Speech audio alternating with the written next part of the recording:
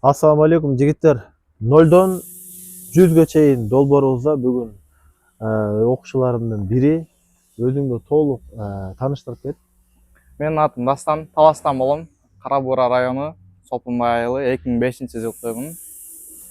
Дастан буюрса ушул долбоорго биринчи видео Дастан тууралуу толук маалымат алып, Дастан эмне менен баштап жатат, анын канчалык пайдалуу, канчалык пайдасыз, ошонун баарын азыр Дастан өзү көрсөтүп берет. Бул инструменттерди Дастан бизден сатып алган. Бул общий стоимость канча турат? 13 000 болду общий. Общий 13 000 сом Бул болгон. экое 13 000 болду. Бунун ичинде майда чүйдө запчасттар бар. Бул только автоэлектрикке тиешелүү.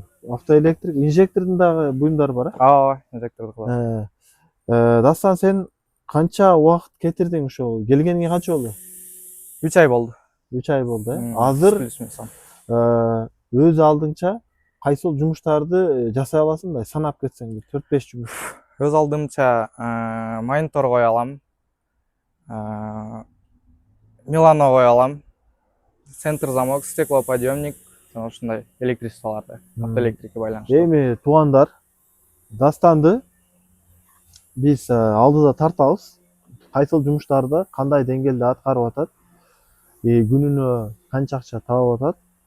Бул максат кандай? Мисалы 0-дон баштады, аз эле акча менен, ошо менен акырындап келечекте өзүнүн жеке ишканасын ачат, же болбосо жеке өзүнүн дүкөнүн ачат.